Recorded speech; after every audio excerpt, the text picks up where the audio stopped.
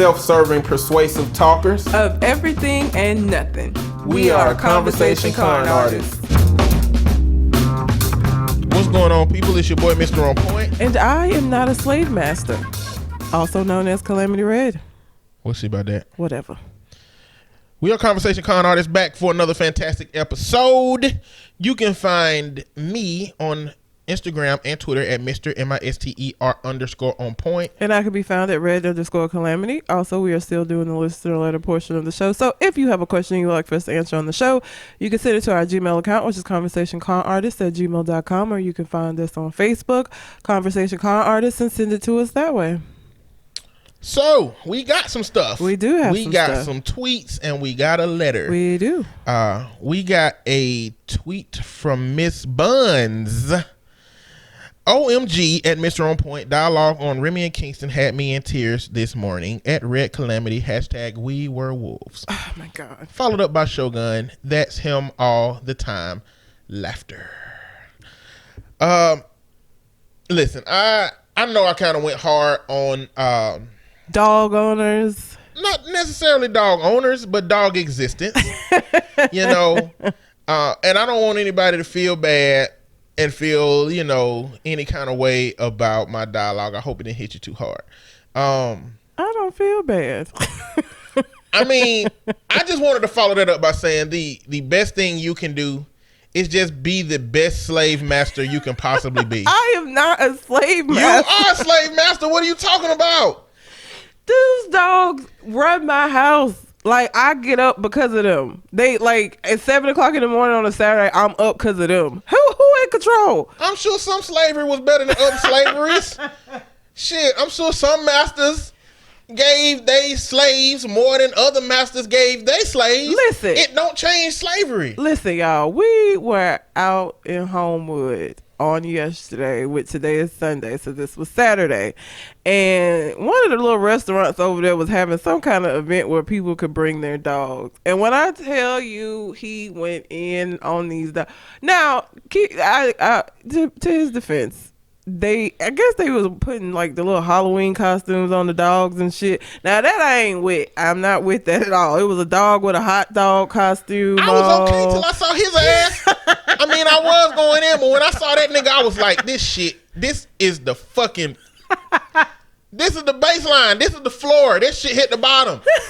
They had a weenie dog, what they call a fucking weenie dog, dressed up like a hot dog. Like, one, that's cliche. Two, you a fucking fucked up slave master. Then another dog came and they put his costume on him when they got outside. The one that made a pumpkin out of. He looked real unhappy being a pumpkin. And then there was one dog out there just not even trying to hit her owner, sat down on the ground. He was like, fuck you. He was like, man, fuck you. Brought me out here with all these goddamn dogs dressed like hot dogs and fucking pumpkins. Bitch, we was wolves. You got me out here in this motherfucking sun on some bullshit. I don't want no fucking cookie treat. He was not having Fuck. it. Her dog was not having it. He was trying to get away from her ass. Listen, the best thing y'all can be is just good slave masters. And be the best slave master you can be. Be the slave master that's better than all of the other ones. Don't abuse your dogs. Give your dogs the best treats you can find. You know, I know they be having like bull horns and shit you can buy, and you know, antlers and dried livers and dried internal organs and shit. Yeah. Like, give your dog some animal. You know what I'm saying? Be the best slave master you can be. Don't just keep giving that motherfucker caked up wheat and cookies and cornmeal ground up, and they get bully sticks. I don't do rawhide's not good for dogs. I know rawhide ain't good for them because that shit'll break up and fuck up their internal organs. So they get bully sticks, which is easier for them to digest, but they get treats. Listen, them dogs living better than I am. Hell. No, they're not. They are. They ain't free. You free. If I set them little niggas free right now, they both be dead before the end of the day. That's because they ain't wolves no more. That's because we done took them out of their natural habitat where they could. We talked about this yesterday. We did. If Kingston got lost in the woods and fell in a hole, he'd be dead. That nigga would die in a week. He wouldn't know how to fucking get out of a little hole in the ground. We fucked them up. Okay? But so this is as free as they could be considerate. Because if you set all the dogs free, it's going to be a bunch of dead-ass dogs in the considering woods. is a convenient-ass word. I bet slave owners said that shit to black folk. I mean, goddamn, they're good considering, you know? I mean, goddamn. Clearly, they got to live on the property, but considering they could be out there not getting shot by goddamn Jimbo because we don't like niggers. Hell, considering, this is a good setup. Of course, considering is a convenient-ass word. Yeah, they are good considering that we done fucked their ass up for hundreds of generations. I had nothing to do with that. Okay. Now you sound like a damn white person. Now you sound like a damn white person. When we talk about some shit that ancestors did, they be like, well, I ain't do it. That don't have nothing to do with me. Now, how you feel? You got to adjust your view of owning a dog, or you got to adjust your view of white slavery? It's not slavery, though. Whatever. My dogs are living a good ass life, and I mean, y'all aren't gonna care about this. But I'm excited. A bitch got a new job, so the goal for 2020 is a backyard, so these little niggas can run around and be out in the wilderness and out my house. Look, I'm gonna tell y'all this: if y'all so see fit, and you want to see how well this conversation still fits in the context of white people history, start this episode over right now. And every time Red say dogs, replace that with slaves. It's shit gonna fit fucking perfectly. And you just gonna justify why it happened. Just like white people were like, well, they got somewhere to live. They got food. We feed them. We give them cloths to put on. They got a job. That gives them purpose. They can go to church on Sundays and praise the white Jesus that we gave to them. They got so much shit. And they have the audacity to want to run away. Like, you took your dog off a leash, that nigga will run away and you might never see him again. No, because I've opened the door and not realized I have a fence that I put up to keep them from running off. Remy went to the step, looked at me, and when I said, get back here, he just came on back. He ain't even run off. He don't even, and Kingston don't even go, like, if you let him outside, he just be sitting outside the door like, bitch, let me in. If everybody right now who got dogs went to the door and let their dogs go Some loose, of them run away. it's more Harriet Tubman's than it is Aunt Jemima's. I'm gonna tell you that. My dogs are not Aunt Jemima. It's more Uncle Tom's. It's more Nat Turner's than Uncle Tom's. Them niggas is leaving. They are not. They ain't coming back. Because they trying to be free. Both of my dogs have had opportunities to run off if they were gonna do it, and they haven't. Like, if I let them out, they just gonna come back to where I'm at. I guess we know what your dogs is then. They're not Uncle Tom's and Aunt Jemima's. They gonna go tell the masters on Harriet Tubman's and Nat Turner's. You know they planning a revolt there, so. How do you know that word, boy? What word, sir? Nigga, I hate you. Revolt, nigga. I don't even know what that means. You been reading? What did Collin say? Can't even be a good snitch. Be a good slave master, everybody. Jesus. But you are a slave master. I am not a slave master. Collin Smith, episode 205, The Dark Meat Rises. I hate both of y'all. Hey. All I got is dark meat. Are we doing meat positivity for 2020, or is this just the 2019 I'm thing? doing meat positivity forever. Fuck. It ain't no point in time that's gonna come where I'm gonna be okay with a man being meat shamed and a man looking down on his life because his meat is not where it's supposed to be and where he wants it to be. Okay? Meat positivity, guys. Be happy with what you got. And don't, I got a new component to meat positivity since you brought it up. Oh, new component to meat positivity. Listen, if you got a big meat, don't be comfortable in just that idea. That ain't enough by itself, okay? You still got work to do, sir. Meat positivity means valuing what you have. And value is not found in the size. Value is found in the package that comes along with that thing. Don't be the kind of man that a woman would rather be able to disconnect your meat and have that and not have the rest of you, okay? Be whole. Make them want all of you. That is meat positivity, okay? Meat positivity ain't just about meat. It's about me. Nigga. Okay. It's not just about meat. It's about me. That is meat positivity. You gonna make a shirt? That's a quotable. Fuck. Episode 205, The Dark Meat Rises. All right. What is up, y'all? If you're looking at the subject line, you guessed it. The meat is back in action. Now on to the topics. Injury recovery. I said that, not him. 1. The fake dreads cutting story. It is so unfortunate that this happened, specifically because of what y'all said. That this messes up our chances at progress because people will use it as a blanket takedown of everything we're trying to do. If she were my child, I'd make her write a 10-page essay on civil rights, racial injustice, and the consequences of false reporting. I'm still so. Would that be with an ass whooping? I hope so. I don't even know how I feel about ass whoopings.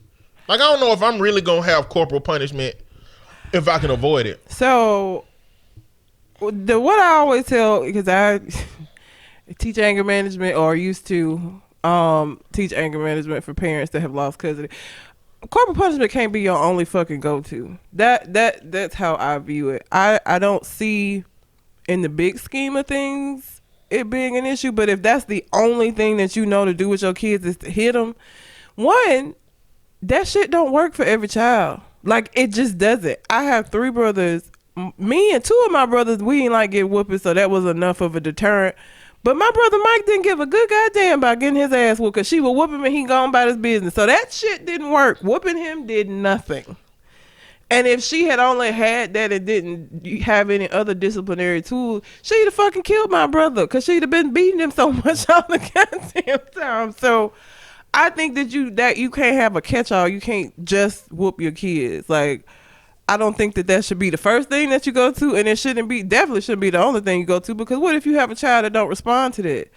Because some kids be like, shit, okay, she gonna hit me, and I'm going about my business. Like, a whooping lasts 2 minutes. Like, if your kid ain't scared of getting hit, then what? What you got? That was like with my mama at a certain point, whooping me and my brother, because my brother was 6'8", 6'7" when he was in high school. That's another thing. What happened and when they I get was bigger already, than you? I was the teen version of being as big as I am now. You know, my bones were small and shit like that. Like, I wasn't grown, but I was much bigger than her. And at a certain point, her whooping us was just like, she might have been whooping the wall. Exactly. Because we were just standing there looking at her. Like, we just standing there staring at her ass. Like, and she never would escalate it. So she would do her thing and then I guess go to her room and feel like she did something. But like, we like, that wasn't shit. That's another thing. Your kid, what happens when your kid get to be the size that you are, because it's coming? You know what I'm saying? So then what? And are you going to hit them more? Are you going to hit them harder? And that's part of how a lot of these parents end up with me having to do anger management, is because that's what ends up happening. You hit your kid 5 times, that shit don't work. Instead of saying, maybe the whoopings don't work, I'm going to hit him 10 times and I'm going to make those 10 licks harder. And maybe that, you know what I'm saying? Like, they escalate it until it gets out of hand. You see your kids at school with bruises and shit. Now you got DHR in your business. So that cannot be your only go-to. It don't need to be the first thing that you go to, because if it's the only thing that you have, if you have a child that does not work for, and there are a lot of kids that shit don't work for, or when that child get to be bigger than you, what you gonna do then? Y'all gonna be in there tussling. Yeah, you gonna throw punches on them, and you're gonna realize that that's child abuse. Exactly. And, you know, child abuse impacts a lot more than just that child. If you get, what the word they use? It's not indicted. It's not. Indicated. Indicated. When you get indicated of child abuse, say goodbye to any jobs that you wanted with kids. You ain't finna be no paraprofessional at no school. Because that's going to be in your background forever. You not about to go to no daycare centers. Nope. If your kid got a daycare center, you ain't going to the shows. You ain't going to none of that shit. Like, and if anything happened to any of the kids in your family, you're not going to be able to be guardian. You know, and if you just having an issue with your older kid, but your younger kids, you don't have an issue with them, you are risking your younger kids getting removed from the home. Yep, because they remove for that everybody. same situation. Yep. So it just isn't worth it. So what I always tell parents, and like, I know because a lot of us grew up in a time where parents, that's all they did really was whoop our asses, that, you know, you feel like that's what you're supposed to do. That does not need to be the only thing that you do. And it don't need to be the first thing that you go to, because you would be surprised at how there are so many other ways to discipline a child and get them to give you the behavior that you want that don't include whooping their ass. So it's not necessary all the time. But I would have whooped her ass. The girl that lied about that would have been an ass whooping. That would have been an ass whooping that day. I feel like that was rose to the levels of needing that. The fuck is you out here doing? And for everybody that kept saying that maybe she recanted because the school paid her parents off. Well, if that's the case, that's really fucking sad from the parents' perspective. If you were willing, how you put a price on your child's peace of mind and self-esteem and all of these other things? Like, I don't think there's an amount of money I would take for that. So I got a new scenario that I thought about after we had the show. Okay. What if there were two options on the table? What if because the powers that be were in front of you saying that we're either going to pay you for you to recant this story, or we're going to just ruin y'all's lives by discrediting you and spreading falsehoods and things. So if it was going to come to them trying to fuck your life up anyway and just taking the money, you know, like one of those old traditional situations where it's like, we tried it the easy way, now we're going to try it the hard way.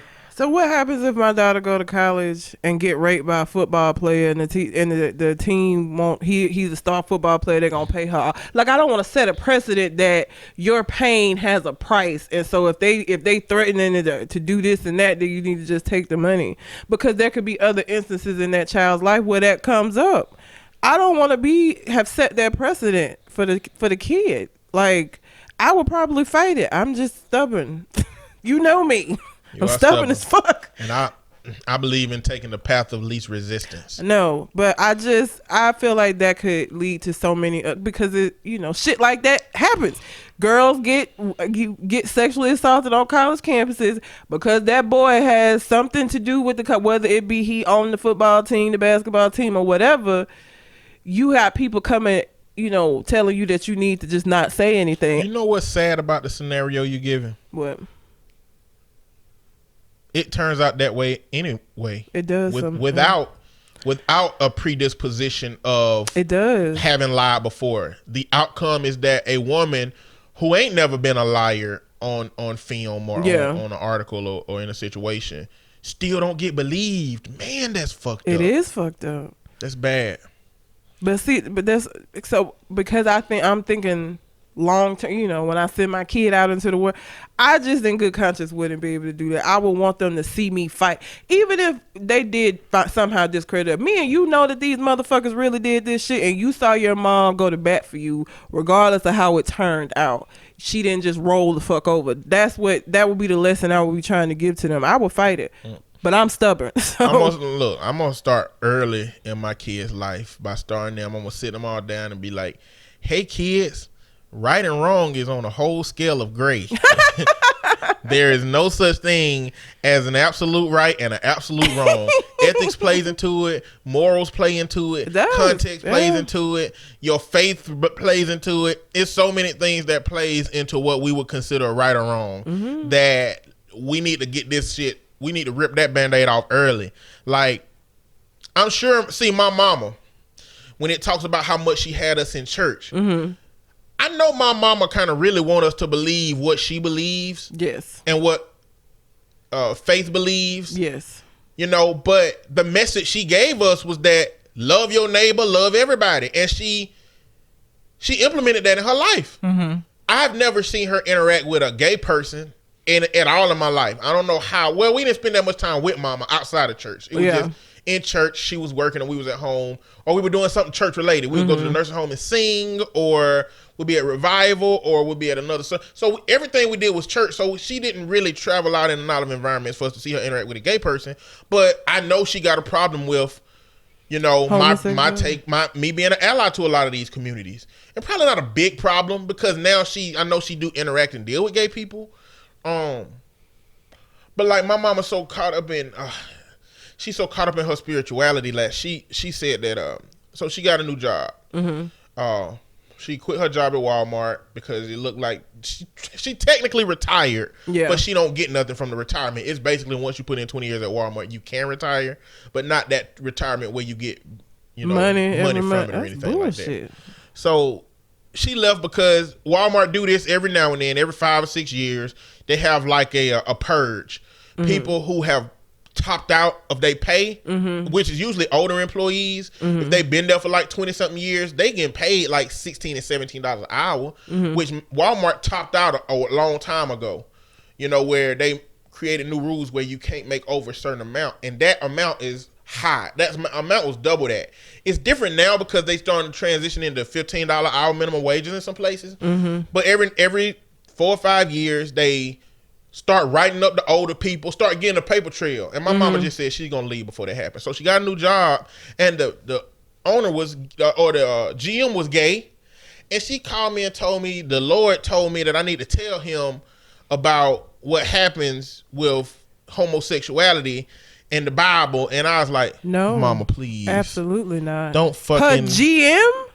Dude, she was finna leave anyway. Like, she was finna quit because he was just being rude, and it was another dude that was fucking her job up or whatever. But she was gonna leave, but she was like, the Lord told me not to leave until I talked to him about this. And I'm like, so I understand her faith has really infiltrated her reasonability when it comes to the gay community. Yeah. But like her raising us with the message of love, we can't turn that shit off now. Yeah.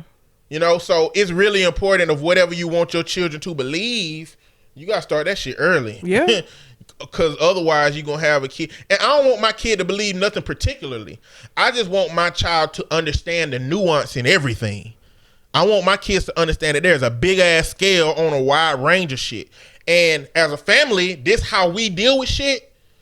But at some point, you might branch off and think differently than me and your family, and that's okay.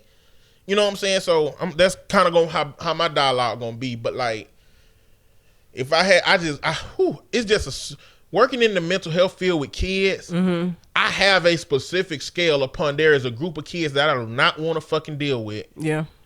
As a parent, and the first one is sociopath. I do not want to deal with no non-empathy, sticking firecrackers in a cat's booty ass kid. I do not want to deal with no kid. I got a call the other day from a pediatrician with a kid that they said was pulling chickens off the head, pulling heads off chickens in the community. And I'm like, man, what kind of shit is that? That parent, boy, I would not want to be that fucking parent, bro. Fuck. I got a story actually about a sociopathic 9-year-old later on. Okay. and so I don't want to deal with that kid. I don't want to deal. I hate to say it like this, but I don't want to deal with a kid with low IQ, like low IQ. Yeah.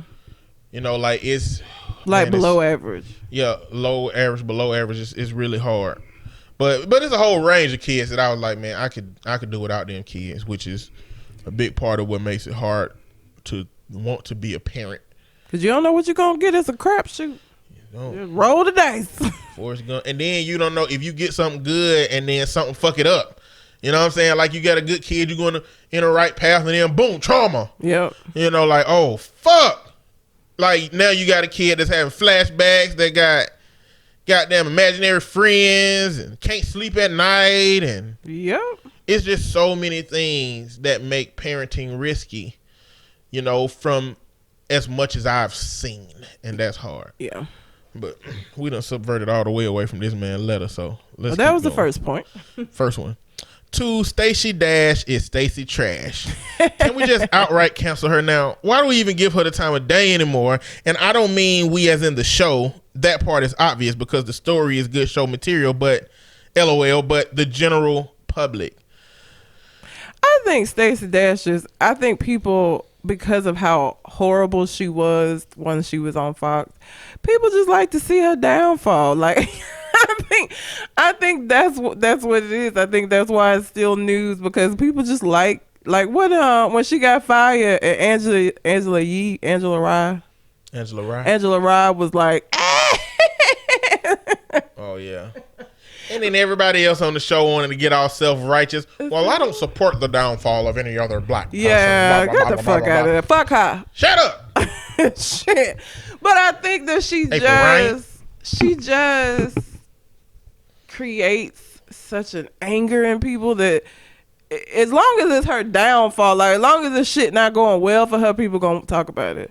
Nobody wants to hear her do well, not in the black community anyway, but if it's bullshit like her getting arrested for whooping up on her white husband, yeah, it's gonna people gonna talk about it. Or her ass getting fired from Fox when she was out here caping hard as a motherfucker for them. Yeah, people gonna talk about that. Black people are expendable when it comes to Fox.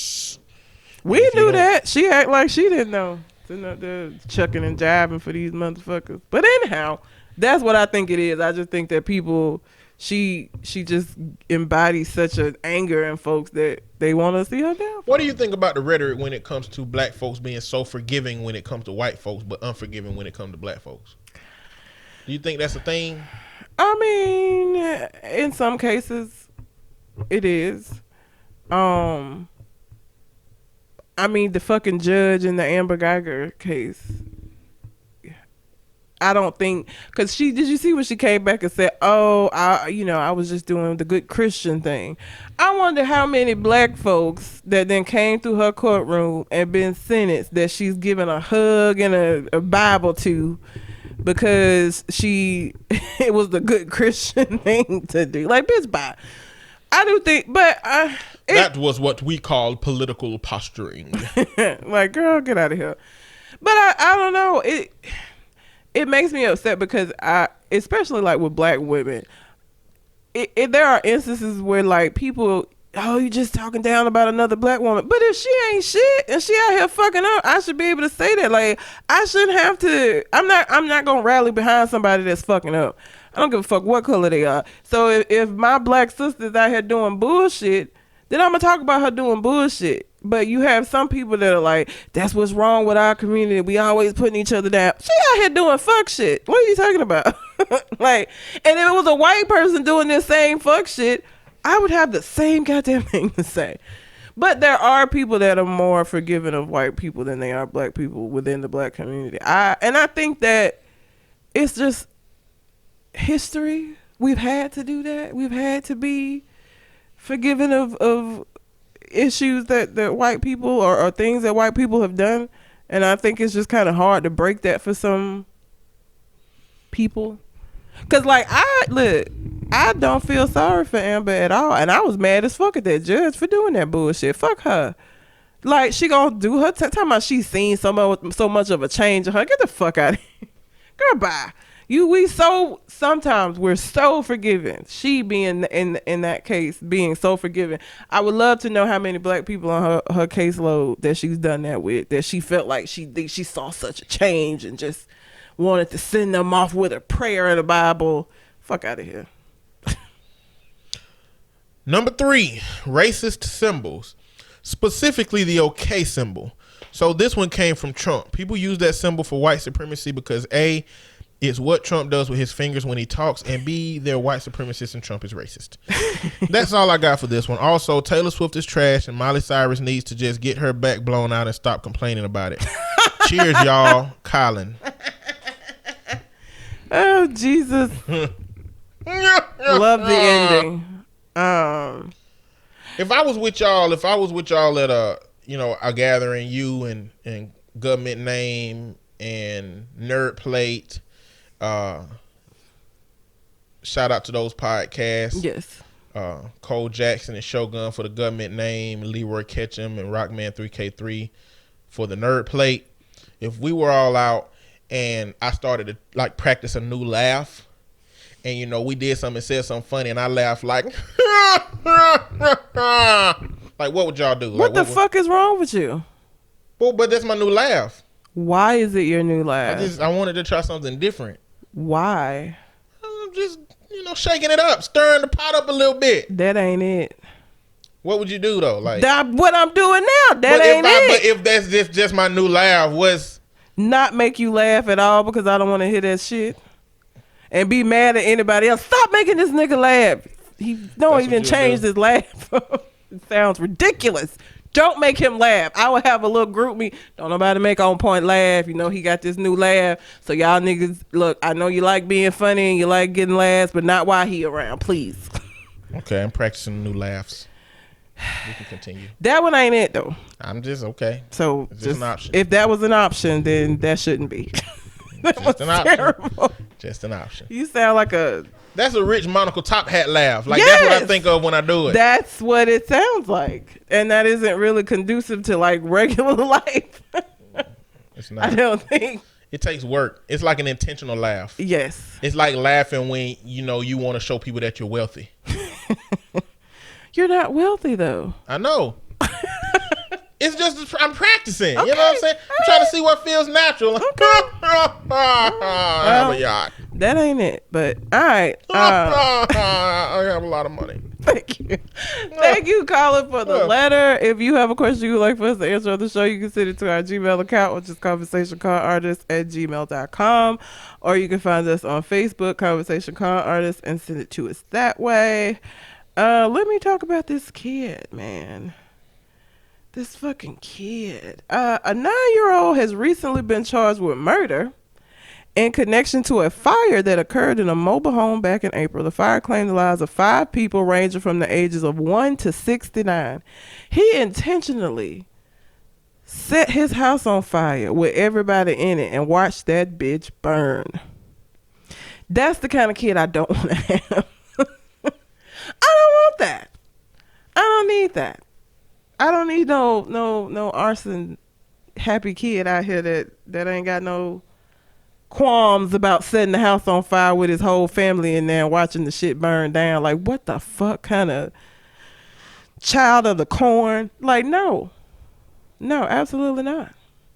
No. Can you convict a 9-year-old of murder? Yeah. Is he black? What's his name? Jacob? It's a 9-year-old. Oh, they can't talk about it. You ain't gonna put it. They can't say his name. They ain't gonna say. I mean, it's a trailer, so it could go either way. Because I would say white, but I lived in a trailer growing up, so it's possible that they could be black. But the child has been charged with 5 counts of first-degree murder, 2 counts of arson, and 1 count of aggravated arson. The child was accused of intentionally setting the fire with knowledge of people being in the home.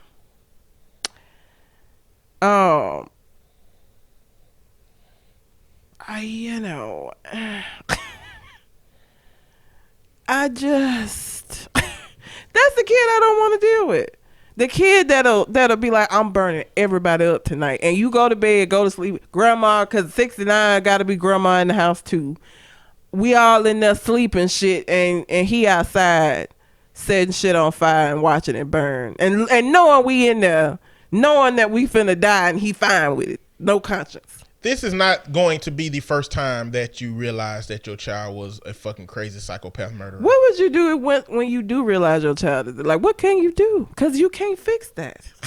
You can't fix it, but you don't sit there and fucking wait until he burn your house down with your ass sleep in it. I tell you that goddamn much. I don't know what you do, but I know what you don't do. But I know you see warning signs. Like if he's pour his milk in his cereal bowl first and then pour the cereal in. White. Because they have a picture of the mom. Okay, it was in Chicago, so she's white. They're white. The mother says, the mother of a 9-year-old boy charged with murder in a fire that killed 4 of his relatives, and the mother's fiance said her son is not a monster. He made a terrible mistake. Bitch, bye. He made a mistake. I know that's your child. I get it. And I get it's hard for you to accept that little Timmy, killed your fiance and your other kids and maybe your mama. But he made a mistake. He's not a monster. Girl, bye. Your kid is Chucky. What? People should instead pray that he gets the help he needs. Listen, people, listen. Psychopathy does not have a cure. It ain't a pill. You can't give somebody a conscience. That is something that you either have or you fucking don't. Or you running around the neighborhood pulling heads off of chickens and shit. Ain't no prayer for that. What are you talking about? He gonna end up killing her ass. He probably upset because he didn't get her. Got everybody but her. What the fuck? Jesus. The decision to charge a 9-year-old with murder prompted concerns from juvenile justice advocates who said that children that young have long been believed to need help rather than punishment. And that's true. But again, psychopathy does not have a cure. Him getting older isn't going to mean he's just going to commit more heinous shit and get better at getting away with it. Fuck is you talking about? It doesn't matter how serious the charge is. Neuroscience, brain development, all of it points to the fact that young children shouldn't be held culpable. I'm not saying there shouldn't be some sort of accountability, but they need services, not sanctions. And with certain things, I am in agreement. But him murdering his family, no. The child's aunt, whose 2-year-old daughter died in the fire, said that she doesn't think probation would be sufficient punishment if there's a guilty verdict. She wishes the sentence would include detention. So mama who lost her baby, like, lock his ass up, but the mother of him is like, he's not a bad kid. He did, he made a mistake. Bitch, bye. Mistake. That's what his mama said. He's not a monster. Mistakes are made when you die in it too. If you watch that shit happen, then call nobody, then do nothing, bro, this is a problem. Your kid is crazy as shit. Okay. She lost her 2-year-old. So the woman who lost her 2-year-old is like, fuck him, lock him up. But his mama is like, he made a mistake. He's, Along with Rose, who was 2, the dead included Jason Wall, 34, which was the mom's fiance, and 2 children he and Katie Allwood had, Damian Wall and Ariel Wall. Catherine Murray also died in the fire. The 5 deaths were root homicide by a Woodford County coroner. He sat there and watched this shit burn down. Alfred said her son suffered from schizophrenia, bipolar disorder, and ADHD and took medication each morning. He does have a good heart, she said, sitting near a memorial of flowers at the base of the tree near the scene of the fire. He helped feed his brother and sister. He teach them how to walk. Yes, he should be punished, but he needs mental help. That's what he needs. He do got a good heart. He loved Jason. What? He got a good heart. Yeah. A good heart to transplant into another motherfucking 9-year-old if that nigga having heart palpitations. Motherfucking feed his brothers and sisters. Probably feeding them niggas slow poisons, goddamn. She don't know what the fuck that little kid was doing when she wasn't watching. Hell. That's the kind of motherfucker that put razor blades and shit on the steps, on the things where you, on the stairs when you going up, the rails. That's the kind of motherfucker that do shit like that. Just be a public nuisance for violence. Just sit back and watching. Oh, look at him. He about to grab it. Ah, yeah, fuck his hands up. And then he got AIDS. Sociopaths, man. Shit's crazy, man. And movies like over magnify what a sociopath look like. Because the movies make sociopaths look so much more identifiable. Yeah. Sociopathy and psychopathy starts off as conduct disorder. Mm-hmm. And when you threw it this story, I'm going to talk about conduct disorder. Okay. They had been out there 13 different times with that family. Who? The Dayshun? Oh, shit. That's Child Protective Services for other states. Yeah. Like it's called something everywhere. Some people call it Dayshun, some people call it CPS. We call it DHR. But Child Protective, 13 times? I wonder if they had been out there 13 times for that kid. Because when you're talking about a mixed family like that, man. Yeah. But the other kids in the family were 2 and 1. 2 and 1. Mm-hmm. I wonder what else that kid's done 13 times worth of being called at 9 years old where he's at. Like, what has he done 13 times? And like I said, I can't tell you what I would do, but I tell you I wouldn't goddamn let him get 13 times again DHR called on him to the point of burning our ass alive. The fuck? No, I don't know what to do, but I know that I'm one finna die in that fire. Hell no. You watch people, like, again, I just want everybody to think about how you feel. I've seen, like, shit be on fire. You know what I'm saying? It's a horrible feel. It ain't even my shit, but I think about the loss that those people have and you know how difficult that's going to be. That's what empathy is. This kid doesn't have that, and so he just sat, watched that shit burn, just conscience free. There's no way. Jesus. He's 9. He's 9 and he's killed 5 people at the age of 9. Where he gonna be at 19? God damn. Like, Talking about he made a mistake. Setting a house on fire and watching it burn and not attempting to get in and help is not a mistake, ma'am. Could have been a mistake. The fire could have been a mistake. Everything subsequently was not. But given his predisposition, it's likely that the fire wasn't a mistake either. No. He probably set that fire and he just let it burn. And his folks died. And that's unfortunate. It's very unfortunate. But what I wanted to talk about, since we going down this path of dialogue, and since those of you listening, some of you have children, I just go talk about conduct disorder. And I'm gonna tell y'all what the DSM says. Now, the DSM is not a be all end all. You have this if these things are being experienced. Yes. The DSM for mental health professionals is just a guide that groups up different behaviors and gives us a pathway to treatment. Yes. So it's not meant to be oh shit, I've read these things, you're this. You got schizoid personality disorder. Like, it ain't that simple. Because the thing is, a lot of the diagnoses, you can look at them and find like 1 or 2 that might be like, shit, that sound like me. Exactly. There's a lot of diagnoses that you could diagnose yourself. Yeah. You know, that's why people say don't go read that shit yourself looking for what's going on. Nope. That being said, if any of these overlap with your kid, this does not mean that your kid has conduct disorder, but it don't necessarily mean your kid don't have conduct disorder. I'm just giving y'all the... How many? Because you have to have so many out of... So is it 5 or 9? Usually it's 5 or 9. 5 to 9 what? 5 of 9. You know, you have to have so many of them before you would be diagnosed with it anyway. It should be talking about it in this, but I'm just going to read it. Okay. It ain't really being that specific. Okay. A repetitive and persistent pattern of behavior in which the basic rights of others or major age-appropriate societal norms or rules are violated, as manifested by the presence of 3 or more of the following criteria in the past 12 months, with at least 1 criterion present in the past 6 months. Aggression to people and animals.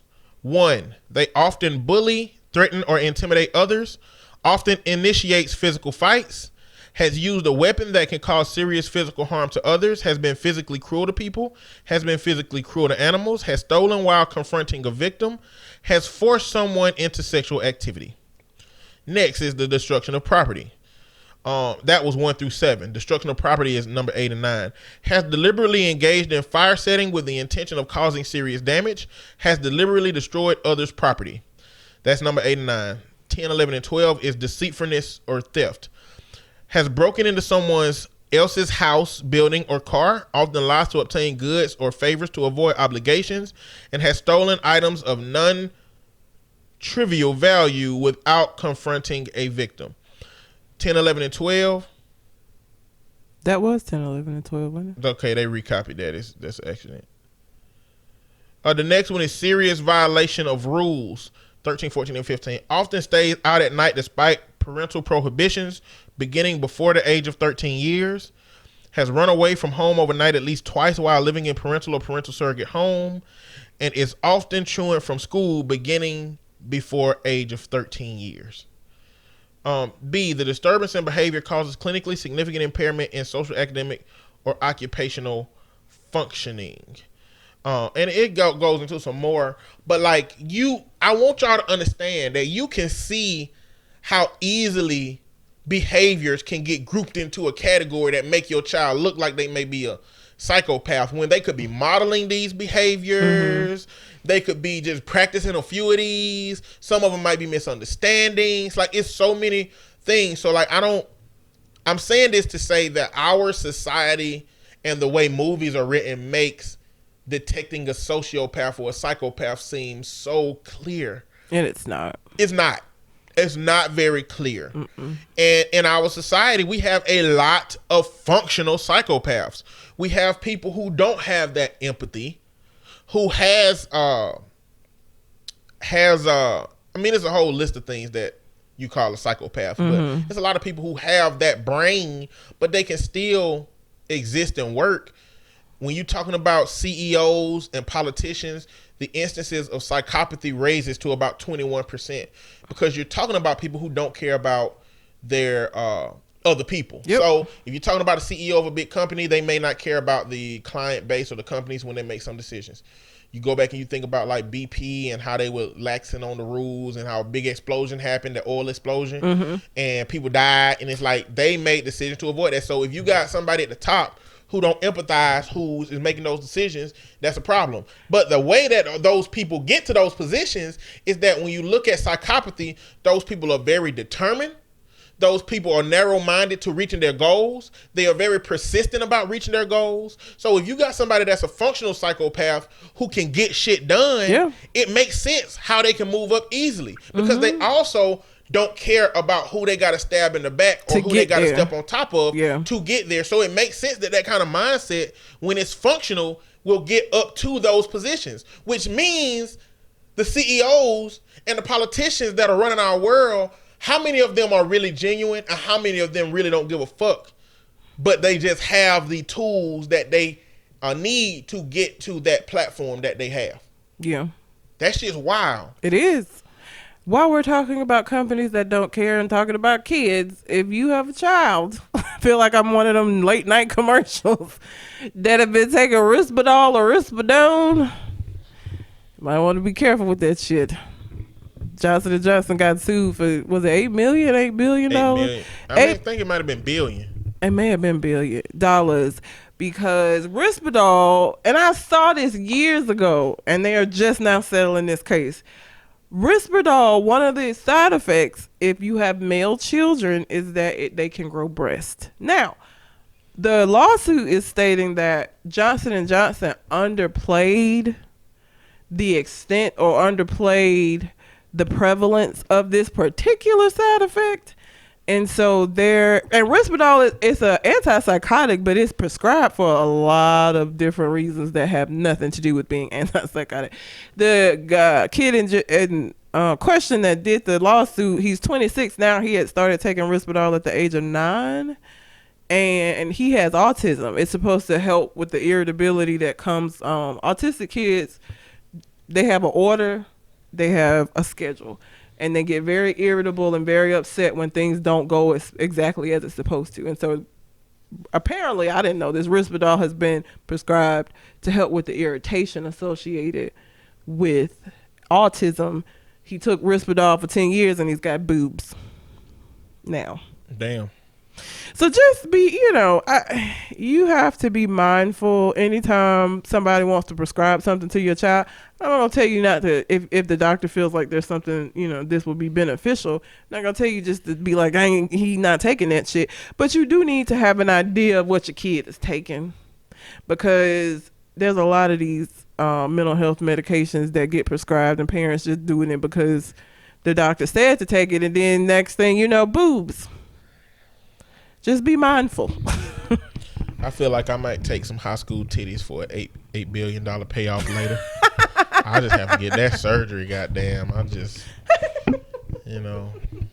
that's the poverty mindset. Like, I'm willing to accept some bullshit to get some loot, okay? I'm just telling you that. That was last week when I was asking about the kid and the dreads and oh yeah, you know what I'm saying? Look, there's a threshold of where I will accept some bullshit for the amount of money I get back for it. I'm sorry, man. Goddamn, I grew up poor. Can't help it. My principal can be purchased. I tried to find a picture of him. I just wanted to see how bad his boobs are, but there's no pictures of him that I found. But yeah, just make sure you know what you're taking or what your kid is taking. Make sure you have an understanding of it, because this was listed as a side effect, but it was way down on the list. The common side effects that were listed was like dizziness and drowsiness. It's like things that that's okay.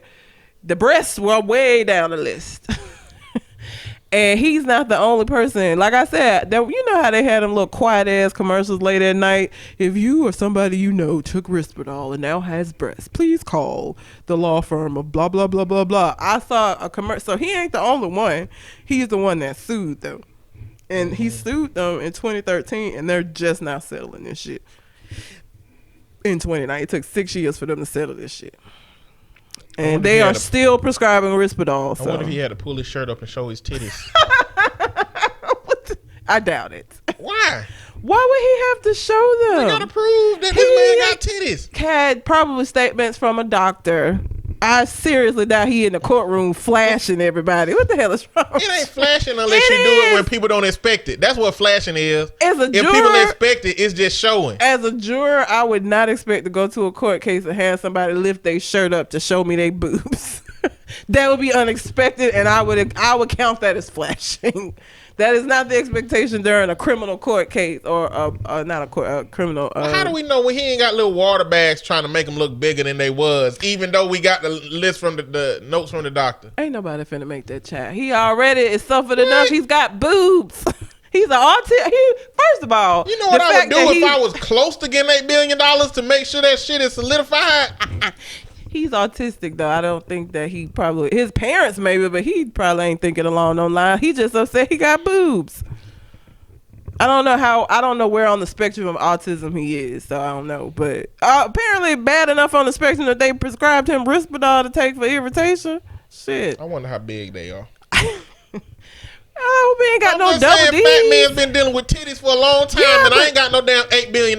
He may not be fat, and he may have double D's. That's why I'm asking what they look like. I would like, I mean, not for no sexual erotic pleasure, but I just want to know what's the difference between, regular men. Like, did they have to test the amount of fat to his body fat ratio to determine that this would be considered breasts that, are caused by this increase in this particular hormone that did this?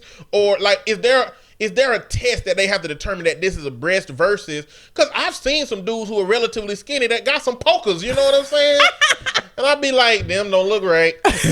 Them don't look right. Your family must got a whole family of women with big titties, so even little men got like what would look like boobies. He was still a teenager when because it was 2013. He's 26 now. Well, he's about 20 when he sued him. So that's why I think it's important that we know what they look like. Do he got hang time or? They look convincing enough that he got $8 billion. That's how about that? So all I'm saying is, if I had to put some water bags to make it look like, if I knew they wasn't gonna make me lift up my shirt in court.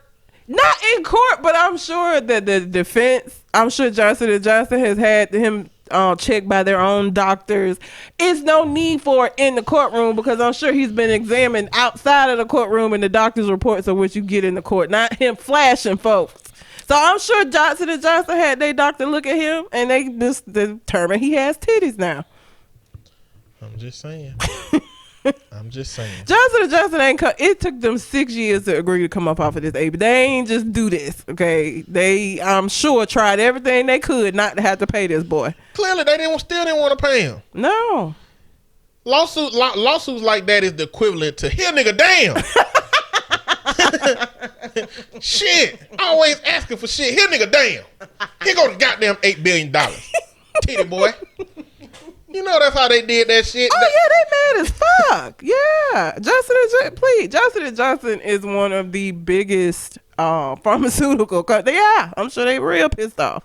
Yeah, but that ain't the only thing they did. Like, no, they got other consumers got mesothelioma from baby powder. Yep, they got a lot of lawsuits. Was in that shit. Like they got a lot of on their side ventures. Yep. You know what I'm saying? It's like, hey man, we do medication, but we need to fuck with baby products. All right, let's do that.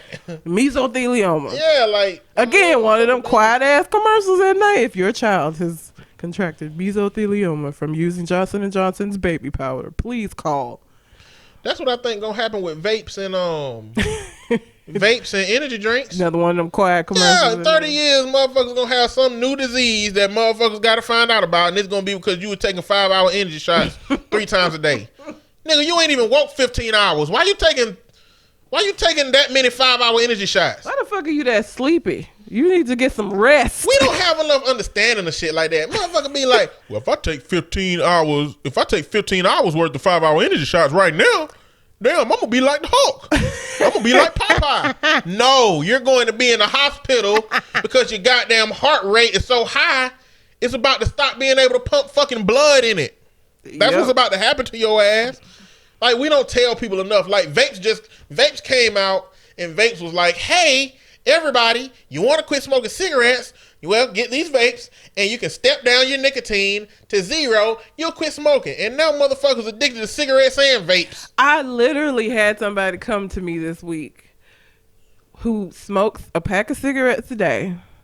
He had on 2 of those the stop smoking patches. He had the nicotine gum, and he said somebody just bought him a vape. I was like, you ain't supposed to do all of those things together. They're designed to help you stop smoking. You can't do them all together. He said, well, I'm down to a pack a day. I was smoking more than that, so it's working. I don't think vapes were designed to stop people from smoking. I think it was designed to divert people from cigarettes to vape. So, I mean, and when it comes to cigarettes, vapes are less offensive. Like, you can vape in places and that's what I'm saying. Yeah. Like, who the fuck? I mean, I don't want to kiss nobody who done smoked a cigarette, but if you just vape sour apple flavored nicotine, it tastes like sour apple. I mean, damn. Like you ate a Jolly Rancher. Like you ate a Jolly Rancher. You know what I'm saying? Like, what? So I think it was just to divert that shit, and at some point, it's a lot less offensive than smoking. We're gonna find out that shit done caused us some problems. Yeah. So Risperdal is what is it called? Antipsychotic. It's an atypical antipsychotic. It's a specific type of antipsychotic. It's meant to treat psychotic disorders. Mm-hmm. Since we're on this path, I'm just gonna give a little spoiler-free spiel about the Joker movie. I like the Joker movie. It was a really good movie. It was a well-acted movie. I haven't seen it. And I don't think it would have had all the controversy it had if it was not called Joker. If it was just called Psychotic Dude and he dressed up like a clown and shit, then people would be like drawing parallels to it. Mm-hmm. And if it didn't have the DC lore and the characters and stuff in it, then I don't think people would have made a fuss about it. People made a big fuss about it because, it would channel, ideally, Joker that we know about. Mm-hmm. And he's been written about in a bunch of different ways, but nothing changes that he is murderous and an abuser, domestic violence, with Harley Quinn. It doesn't change any of that. But I just want to tell you from my perspective what that story was speaking to. And we started this conversation with like a lot about psychopathy and conduct disorder and things of that nature, because I want to draw the distinction between what we have in our society and what I think the Joker movie kind of was. Spoiler free, but the philosophy of the movie will be exposed right now. I think in that movie, it was the story of a man that was a psychopath. Mm-hmm. Who already had the built-in system to be a murderer, trying to be a functional psychopath. He was trying to live the life that we're supposed to live. And at some point in the movie, he realized that that's not what he was. And then he started acting upon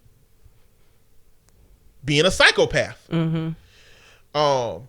In that movie, it does give a lot of details about what he went through, about the struggles he was having, about being down on his luck, about all of this stuff. And that's all true, but I don't believe that part of it is the story that led to him becoming what he was. I think he became that because of his predisposition. There is no component of the DC Joker that separates him from being a fucking psychopathic lunatic.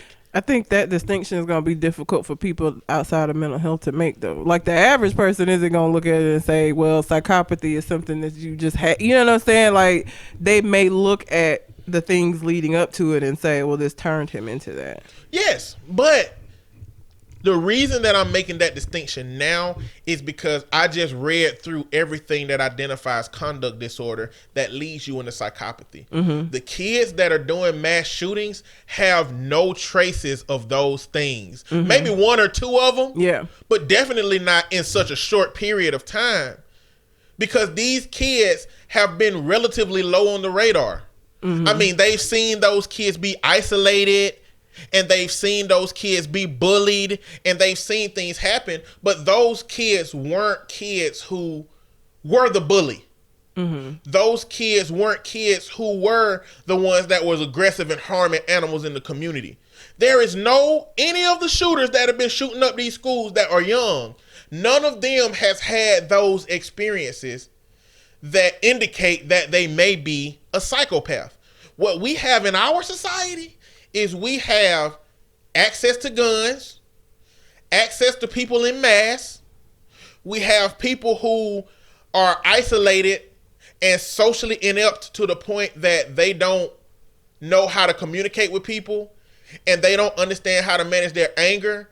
So with all of those things combined, they make the decision to shoot people. And we know that they're decisions because every single time there is a manifesto that talks about how they chose to do this and why they chose to do this.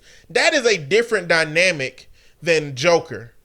Yeah. That is a different dynamic than that. So I'm just challenging anybody who was drawing the parallel to Joker inciting incel culture as a reason for boycotting it, which is involuntary celibate. We had a show about that. Look it up. It's some crazy shit. MGTOWs, all that shit. Men go their own way. That shit is creepy. But a lot of people were saying that this is going to, one, incite incel culture. Number two, people were saying that this is going to give a sob story for the white men that walk around our country and terrify people by shooting up a church of black people, by going and shooting up a Walmart looking for Mexicans, by shooting up a mosque, by shooting up a goddamn movie theater, by shooting this. They saying that this story was supposed to be something that gives them a pass and gives them an out. But these are two wholly different things from my perspective in watching that movie. The ultimate rhetoric in that movie was the haves versus the have-nots, which is essentially the Gotham story. The Gotham story is a lot of people who have shit and a lot of people who don't have shit and the fucking bullshit-ass interactions between them.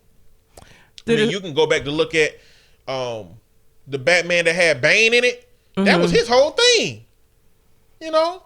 I fucking grew up in a pit, bitch. Fuck, y'all rich out here doing shit, politicians crazy and shit, like corruption. What he say about darkness?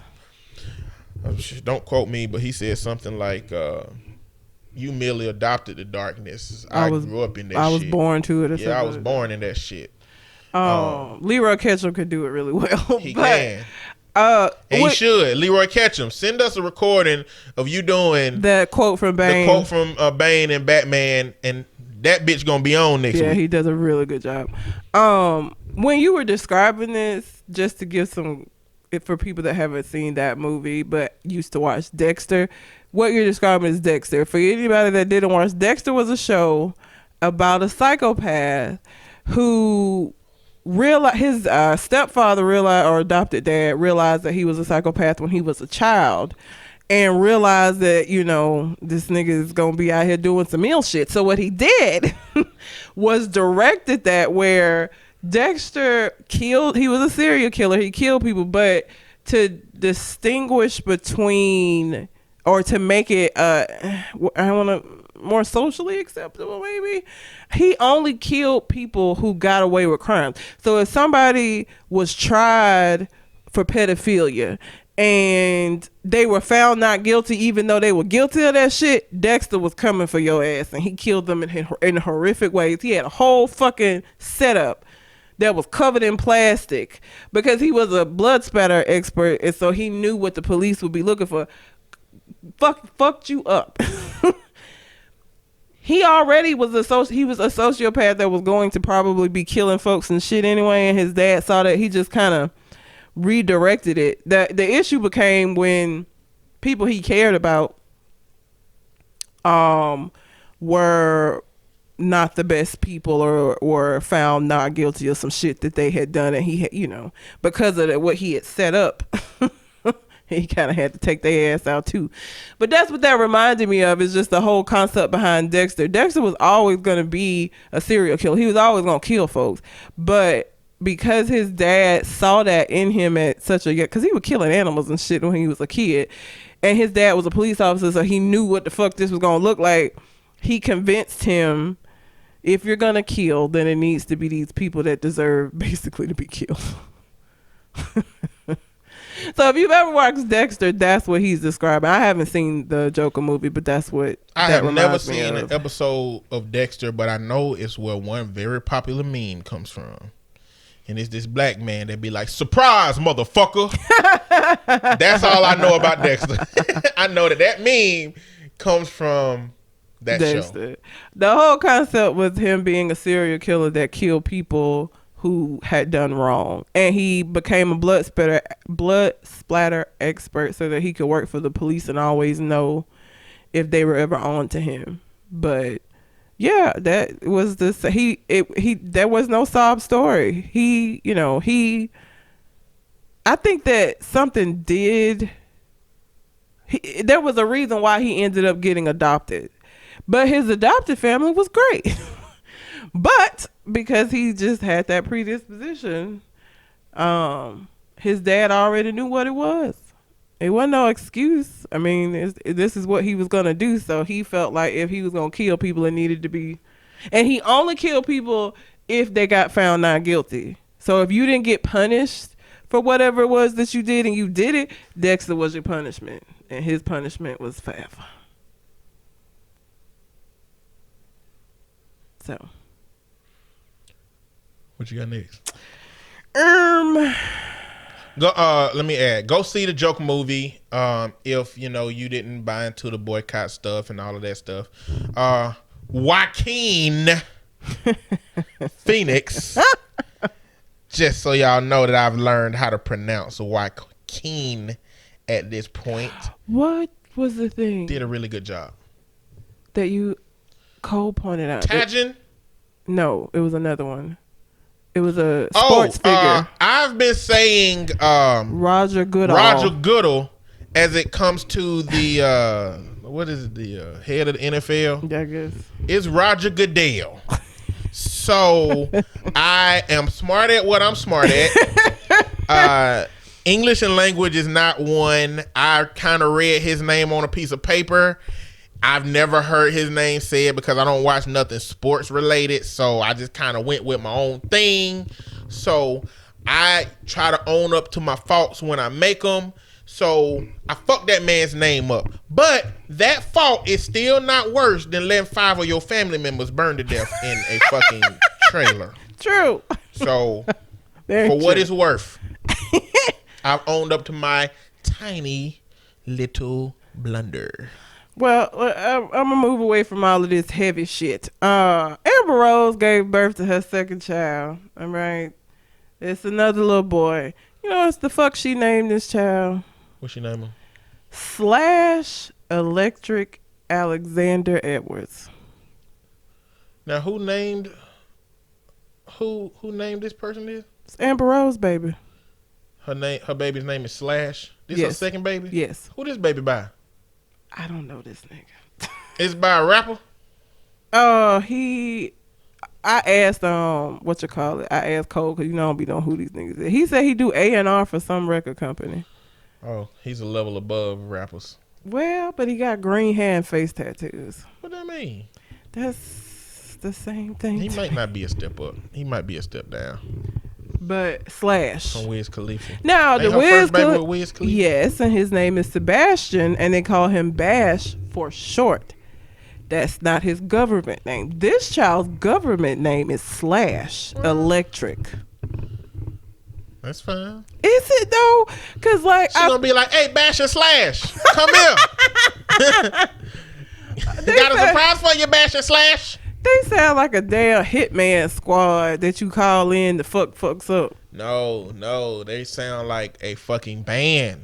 Bash They and sound like Slash. Slash and Bash, goddamn. Slash, That's gonna be a band name. Slash is a guitarist for Okay, so it's already somebody out no, here named Slash. but that's his stage name. That nigga's name, the white man's name, is not actually Slash.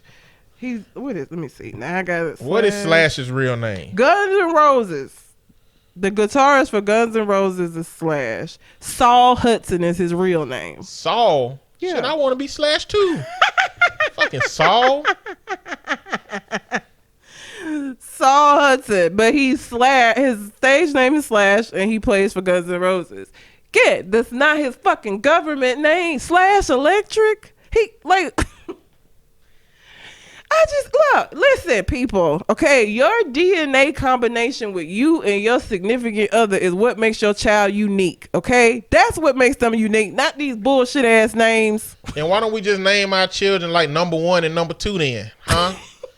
Let's just name them a number since the name don't make you are who you are. Erykah Badu named her child 7, so it's bitches out here doing that too. And I had somebody. It was what was it? I want 7, 8, 9 were the names of her kids. I think it was 7, 8, 9. I was like, so when you get the next one, it's gonna be 10. What the fuck are you doing? Them was in a lab. They were made in a lab. Vial 7, vial 8, vial 9. 7, 8, 9. I remember. See, I was like, why would you do this to these children? They gotta live with these names. Nigga gotta walk around and slack, and I don't know how. And that's the reason I was asking Cole who the baby daddy is, because I was trying to see, is Slash gonna have to have a regular job? Because Amber Rose, I don't know about. She ain't got long money. Amber Rose just need one more baby from somebody that got loot, and she'll be fine for a long time. Yeah, but what about the kids? I'm saying he got to go walk around with his name being Slash. What I'm saying, her mama can secure enough money for their kids to be able to invest that shit and do shit and not worry about it. Did you know after you turn 16, and these numbers might be slightly off, but there is a certain type of account that when you turn 16, if you put $100 a week into that account, by the time you're 40, you can have $1 million in that account. Damn. Did you know that? No. Yeah, I learned this at like a seminar that I was at with this woman who was talking about financial freedom. 30 years too late for me. Yeah, I know that's what I'm saying. I'm telling the kids on my caseload that shit, and I'm like, because the account that I'm talking about makes 9%, I think, per quarter on it. And she was just having, and I was having a conversation with my brother. What some people do is they'll save up enough money and they'll have $1 million in that account. And they'll live off the $90,000. Like they'll live off the $90,000 per year that you get for that shit, or per however long you get it. But I don't know. Somebody with some financial insight, let me know how to become rich. At this point, I'm 35. Without crime. Slash Electric. Slash fucking electric. What kind of bullshit is that? I don't know. But what have you thought about naming your kids? What names have you thought about? Jaden.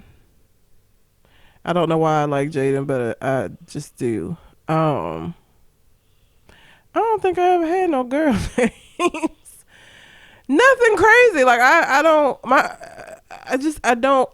feel like my kid is gonna be unique because it's my kid. So like I don't need no fucking crazy name. He don't need no fucking crazy name. So like my kid gonna have regular fucking names. Or me and his dad are gonna fight. Cause if his dad want to name shit like Terry and Philip. I said Jaden. Jaden. No, you can't name him Jaden. Why can't I name him Jaden? Jaden is what white women that got black kids name their kids.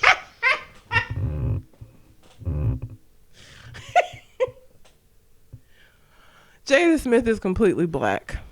He's the exception to the rule. Well, my kid would be too, because I like that name. Go down your favorite school system's list of Jadens and go see what their fucking parents look like. Them motherfuckers is white women. I like but the kids is half black. I like Kelsey. Kelsey, that's white as shit. I just like the name Kelsey. You finna have a black ass kid. I know a black Kelsey. A black Kelsey. She's the exception to the rule. I know 4 white Kelseys. That's a lot for me. There might be some other black. I don't know, but I like the name. I mean, I'm just seeing where you gonna be at.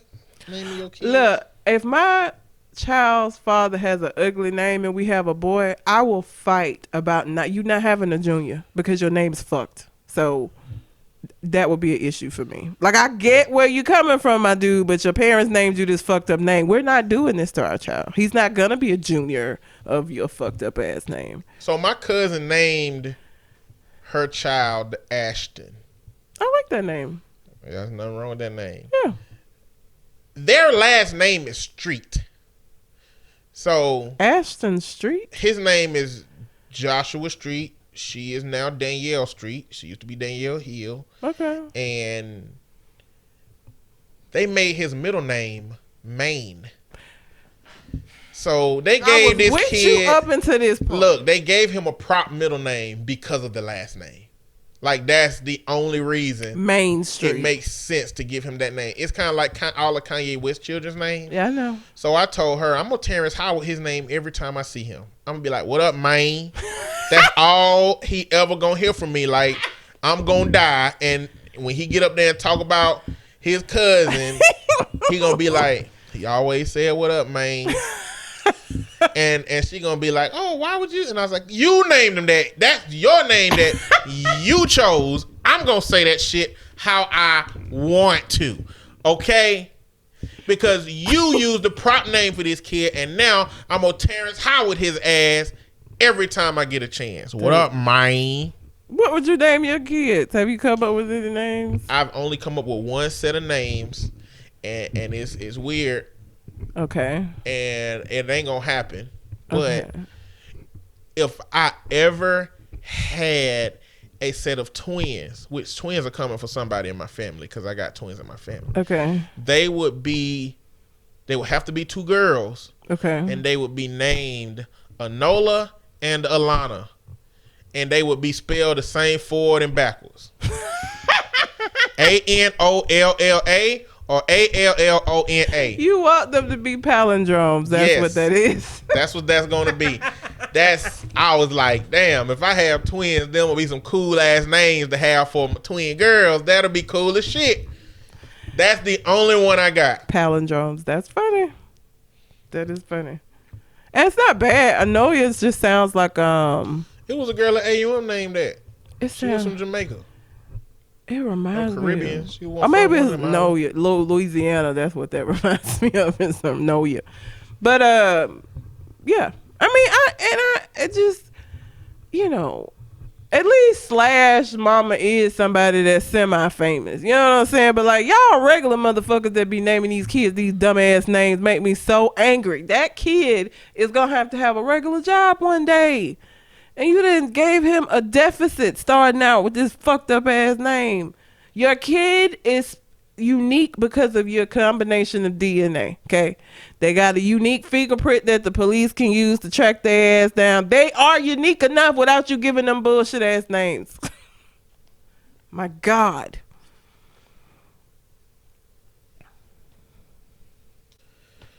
Okay. So I'm going to read off a list of popular games. Okay. And I'm going to see if you know who makes these games. Probably not. Probably not, but I'm going to see. World of Warcraft. I know the game, but I don't know who makes it. It's all the same company. Let me just list them. World of Warcraft, Overwatch, Hearthstone, Heroes of the Storm, Diablo 3. I love that game. I played Diablo 3. StarCraft 2, Warcraft 3, StarCraft. A lot of crafts. Yeah, it's a lot. They ain't really had to do much. You know what I'm saying? At this point, we get into older games and just different versions of the same games that I've listed. But the company that made these games is Blizzard Entertainment. Oh, okay. I feel like that comes on before I play Diablo, so yeah, that sounds familiar. I know you've heard it. But do you know what's going on in Hong Kong? No. All right. Hong Kong has been having protests since about June. Okay. And the protests are because the somebody in their political sphere, I don't know who that person is. I didn't get that deep into figuring out all the different legislators, but they proposed a bill that changes extradition laws for Hong Kong. It would basically allow China to keep people who have committed crimes in China rather than extradite them to their other territories like Taiwan and Hong Kong. So what this legislation seeks to do is take power from the hands of Hong Kong's independence. And you got to understand, for somewhere like Hong Kong, where people like China, governments like China are constantly trying to like take over and limit their ability to be an independent nation, the people will look at a law like that as, okay, that's a problem. So the law, she introduced the law, people didn't like it, 1 million motherfuckers flooded the streets. So they canceled that shit. They canceled that meeting. So she was like, okay, I'm going to suspend this legislation, stop these protests, and we'll have this talk later. That didn't make people happy. She suspended the legislation, and 2 million people came out into the streets. And those protests are still happening now. Since June. Like, people are coming out. I mean, there's been people killed. So, well, like, shit is going bad in Hong Kong as far as these protests go. Now, what Blizzard has to do with that is that there's a game called Hearthstone that I mentioned in the game list, and the Grandmaster Champion, who is referred to as Blitz Chung, he, in his post-win interview, supported the Hong Kong protests and supported the independence of Hong Kong. So what Blizzard did after that is they banned his ass. They banned him, and they took his $10,000 prize money that he had from that shit. Okay. So this created a really, really big backlash. Like, employees are mad at Blizzard. Fans are mad at Blizzard. People have been boycotting Blizzard. And right now, I'm just kind of finna go down the timeline of what's happening. So, Blitzchung gave his little speech. He said, liberate Hong Kong. And he had a mask on covering his face. At this point, Hong Kong has banned people having masks on because of this shit going on. And the rule that they used to ban him said engaging in any act in Blizzard's sole discretion brings you into public disrepute, offers a portion or a group of the public, or otherwise damages Blizzard's image will be result in the removal of grandmasters and reduction of the player's prize to $0 US. And that ain't surprising because a big holding company in China is the one that owns part of Blizzard. So clearly, Blizzard has ties to China that would potentially be a conflict of interest as it pertains to allowing free speech. Mm-hmm. You know, let's see. From that, what happened is Blizzard employees started protesting. So in Blizzard, when you go in there, there's a sign that says "Think globally and every voice matters." People that came into work and covered that shit up with paper. Like, they covered that shit up with paper because apparently this wasn't the move. And not only that, but so because this whole thing so for Blizzard, when you playing World of Warcraft or any games, you got to sign in. Mm-hmm. You know what I'm saying? And Blizzard used to have the option to delete your account. So a lot of people went in to delete their accounts to find that deleting your account has been removed as an option. Oh, shit. Yeah. In the United States, there is a law that you can't keep a player from being able to modify their account, mm-hmm. but stopping them from deleting it is not a part of that law. So while they allow users to edit their accounts and shit, and you used to be able to delete it, they've taken away the option to delete it now. So it's clearly a war of Blizzard with the people. But the biggest issue is that a lot of people are saying that one, Blizzard does not Blizzard doesn't support the freedom of Hong Kong. So Blizzard is an advocate now at this point, it seems, for the liberation of Hong Kong. Because that's how people are looking, not the liberation of Hong Kong, but the oppression of Hong Kong. Because that's how the Hong Kong citizens are looking at it, you know. Another criticism is that Blizzard, this tournament was in the U.S. So, and this was somebody from Hong Kong, Blitz Chung is from Hong Kong, and he's playing in the U.S. tournament.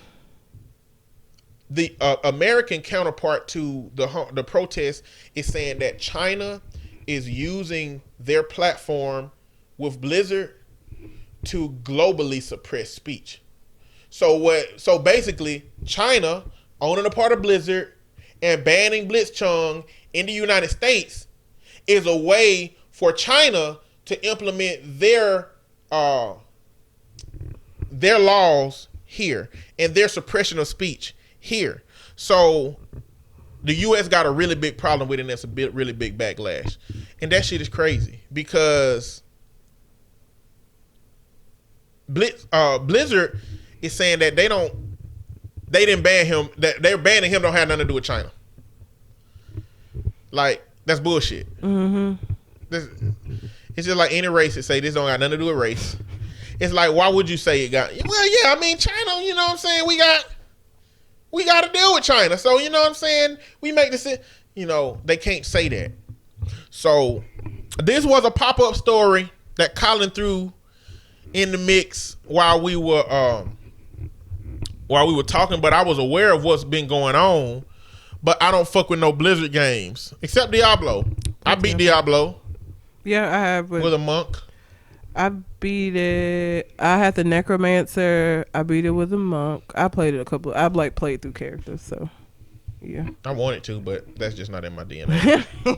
I'm not gonna play through another game twice just to do it.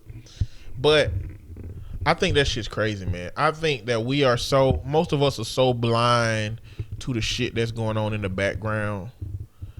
And I think this is just another reason. It's just a situation where you dress up, put on a pretty game, and we play it, and we get enjoyment and entertainment out of it.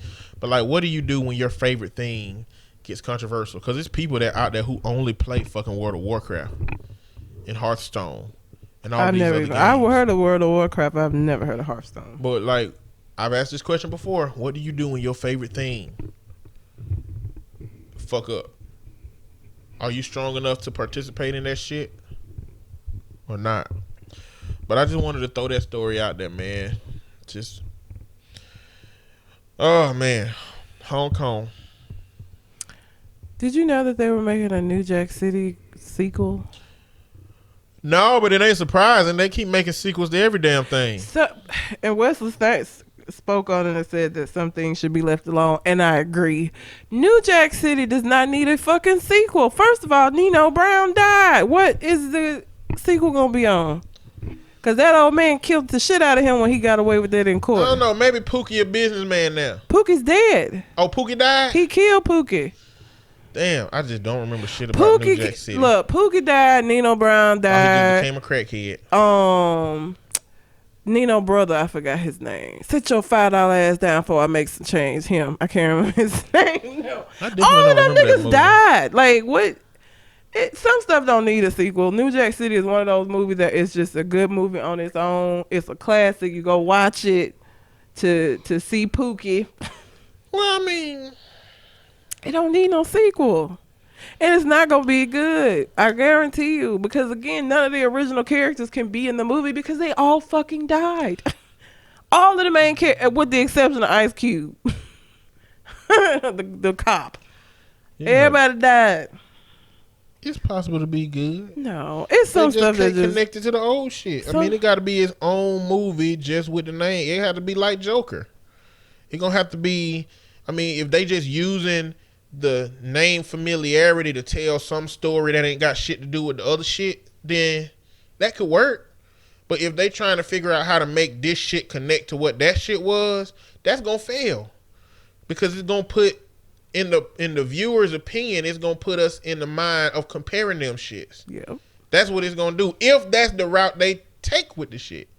I just don't think they should take that route with it. And I think they'll be fine. I heard about that. They're making a prequel to Training Day that does not have Denzel in it. Why would you make a prequel without Denzel in it? I don't know. So it's the same thing. Like, that's what I think they're doing with a lot of these remakes. I think they're using name familiarity to drive how many people are going to watch it, which will drive how much money can be made from you got Coming to America. I think they using name familiarity. Oh, I think Coming to America is a genuine project because they bringing everybody back and adding people. They bring it in Coming to America 2. They're bringing everybody back that's still alive. In that movie, and so I think that is more a more complete project in that regard because we already know that they're connecting it to the last one by having everybody in it. But a lot of these movies are just using name familiarity to kind of drive sales. I mean, it's just New Jack City wasn't a movie that I ever was like, damn, I wish there was a sequel because it ended so finitely. Like there was nothing else to add. Nino Brown got away with it. They let him off. And that old man killed his ass, and that was the end of the movie. That was the ending. There was nothing, no unresolved nothing. You know what I think would be better for them to do? I think what would be better for them to do is to make a movie that is a part 2 to New Jack City, but don't call it nothing like that. Just call it something random and put references to New Jack City in that movie and let people connect that shit themselves. That's how you gonna isolate it as your own movie. Like if you gonna use like Nino Brown family or some shit who trying to take up the mantle of what they was doing, then have a picture of Nino Brown on the wall in one of the scenes, but don't overtly say this is the second part to it. I feel like a prequel would have made more sense than a sequel because like you could see the rise of Nino Brown and see how he became who he was. Because, like, when New Jack City started, he was already Nino Brown. Like, he was who he was. But you think... I promise you that when they pitched this movie, they went to everybody who was in this movie to try to figure out who we can get to do this movie that makes sense. Who can we get to be a part of this movie? But everybody died. That's what I'm saying. What I'm thinking is it wouldn't make sense not to have gone to them about a prequel first. And then when you find out that don't nobody want to be a part of it, you be like, well, we'll just make our own shit. Well, hell, they couldn't be a part of it. I mean, they didn't age so much for a prequel. You're going to have to get young actors that look like them. They couldn't be in the prequel. That shit they done with Gemini Man with Will Smith, that shit is possible. I haven't seen a preview for Gemini Man. You hadn't seen a preview for Gemini Man? Mm-mm. I heard about it, but I hadn't seen a preview for it. Whatever technology they use to de-age Will Smith, you can tell. It's kind of like you could tell in did you see Justice League? No. So in Justice League, Henry Cavill, he had a mustache for another project, and they needed to reshoot some scenes for Justice League, and he wouldn't cut off his mustache. So he recorded the scenes with the mustache, and they superimposed the mustache off. So you could tell there was something about him that wasn't quite real, but you could still tell they did a good-ass fucking job at carrying out what they carried out. So it's the same thing with Will Smith. I mean, you could tell the younger version of him has been de-aged, but you could tell that they had to use one. It's like that fucking like Russian application that came out about us aging ourselves and de-aging ourselves. Like it seemed like the movie version of that shit. But would New Jack City have the same budget as a Will Smith blockbuster Gemini Man? Like, I don't think they would have a budget for that for it. Because, like, New Jack City, the sequel, is going to speak to a very specific public. Will Smith movies be crossing racial boundaries. New Jack City 2 is not going to do that. I am not saying that's the case. I'm just saying if I was about to put together a New Jack that's connected to New Jack, then I would try to get people to be involved. And the only way to get people who have died to be involved are people who is doing a prequel. Well, Wesley Snipes, who is the main character, said he feel like some shit just need to be left alone. Yeah, because he can't be in it. Somebody probably dissed his ass. Wesley, you too old for this shit, okay? Damn. Again, it'd have to be a prequel Wesley because he was like, look, died. we can do a prequel. Yeah. I can put on some young people clothes and just look little. You know what I'm saying? Just And take some weight off what's me. that dude name that played his brother? I can't. He was in Jason's Lyric. He was like in a bunch of them Oh, kind that of dude, movies. the light Yeah, skinned dude that played in everything in the 90s. yeah. He was the brother to Nino Brown in New Jack. So he would need be younger. Chris Rock would need to be a younger Pookie. Ice-T would need to be a young police officer. Like it was just. It should be done. It could be done, but I don't think they would have a budget for it to be done. Because of the kind of movie it is. Like, again, New Jack City is a specific... There's some people who listening to us right now that don't know what the fuck we talking. They have no idea what New Jack City is. New Jack City was a movie about a drug dealer that was flooding the neighborhood he lived in with crack. It was one of Chris Rock's most memorable characters as Pookie, I would say. And it was the first time Ice-T, who used to hate the police, played the police. He was a detective. He was a DA agent. Actually, I think he was part of the drug.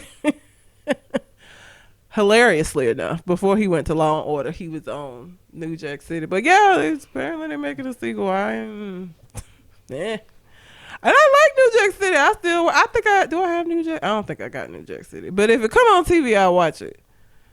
Really? Yeah. Am I my brother's keeper? Yes, I am.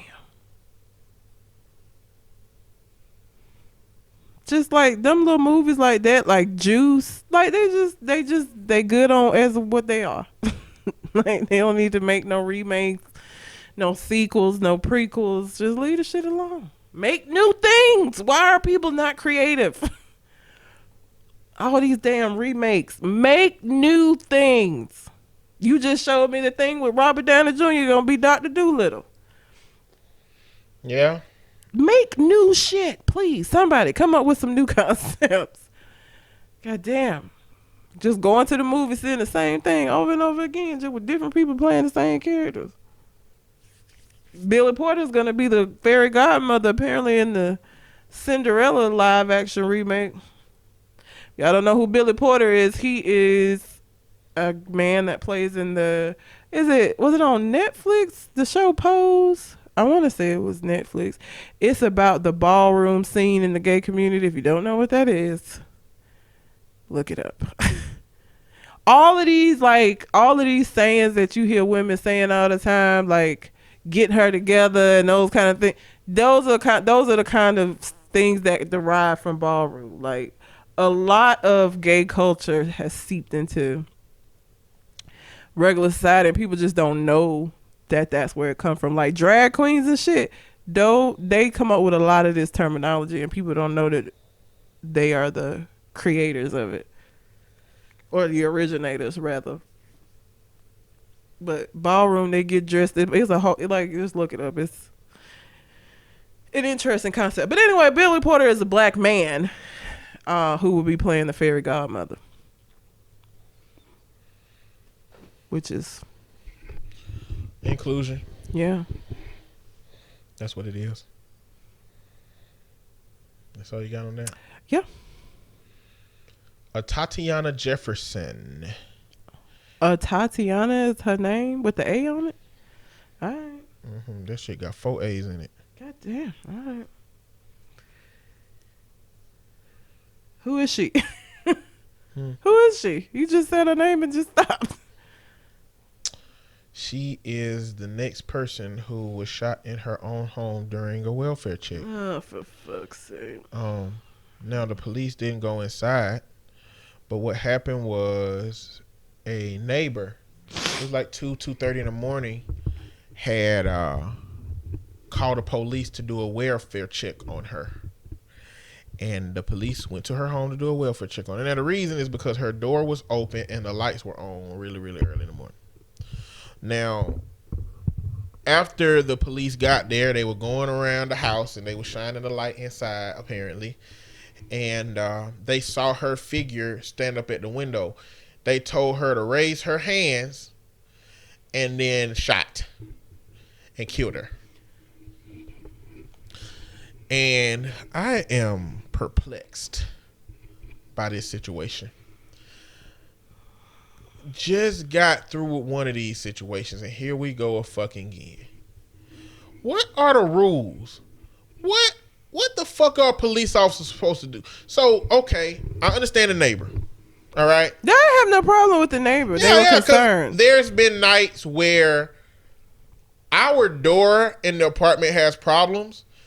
The screws that you screw in on the plate that holds the doorknobs together, it blocks the door closing fully sometimes. Mm-hmm. And when I close my door in the back room, the pressure pushes this door open. Mm-hmm. So I've woken up in the middle of the night sometimes and come here and the door is open. You know, now we happen to live in an apartment that's closed in, so the only people that would ever walk by and see my door open are the people directly across the hall from me, as it's not outside. But if I lived in a house and my lights were on at 2 a.m. and my door was open, one, if I was your neighbor, I wouldn't go over there ringing the doorbell and knocking to see what's up. Hell no. I probably would call the police. I would call the police, but I ain't coming over there and doing shit. So neighbor, I think they're right. Now, when the police get to your house, that's what the problem. What they supposed to do? Like, if the door is open, do you knock and ring the doorbell to see if somebody comes? Do you go in? Or do you walk around the house with your flashlight glaring into the inside, seeing if you see somebody?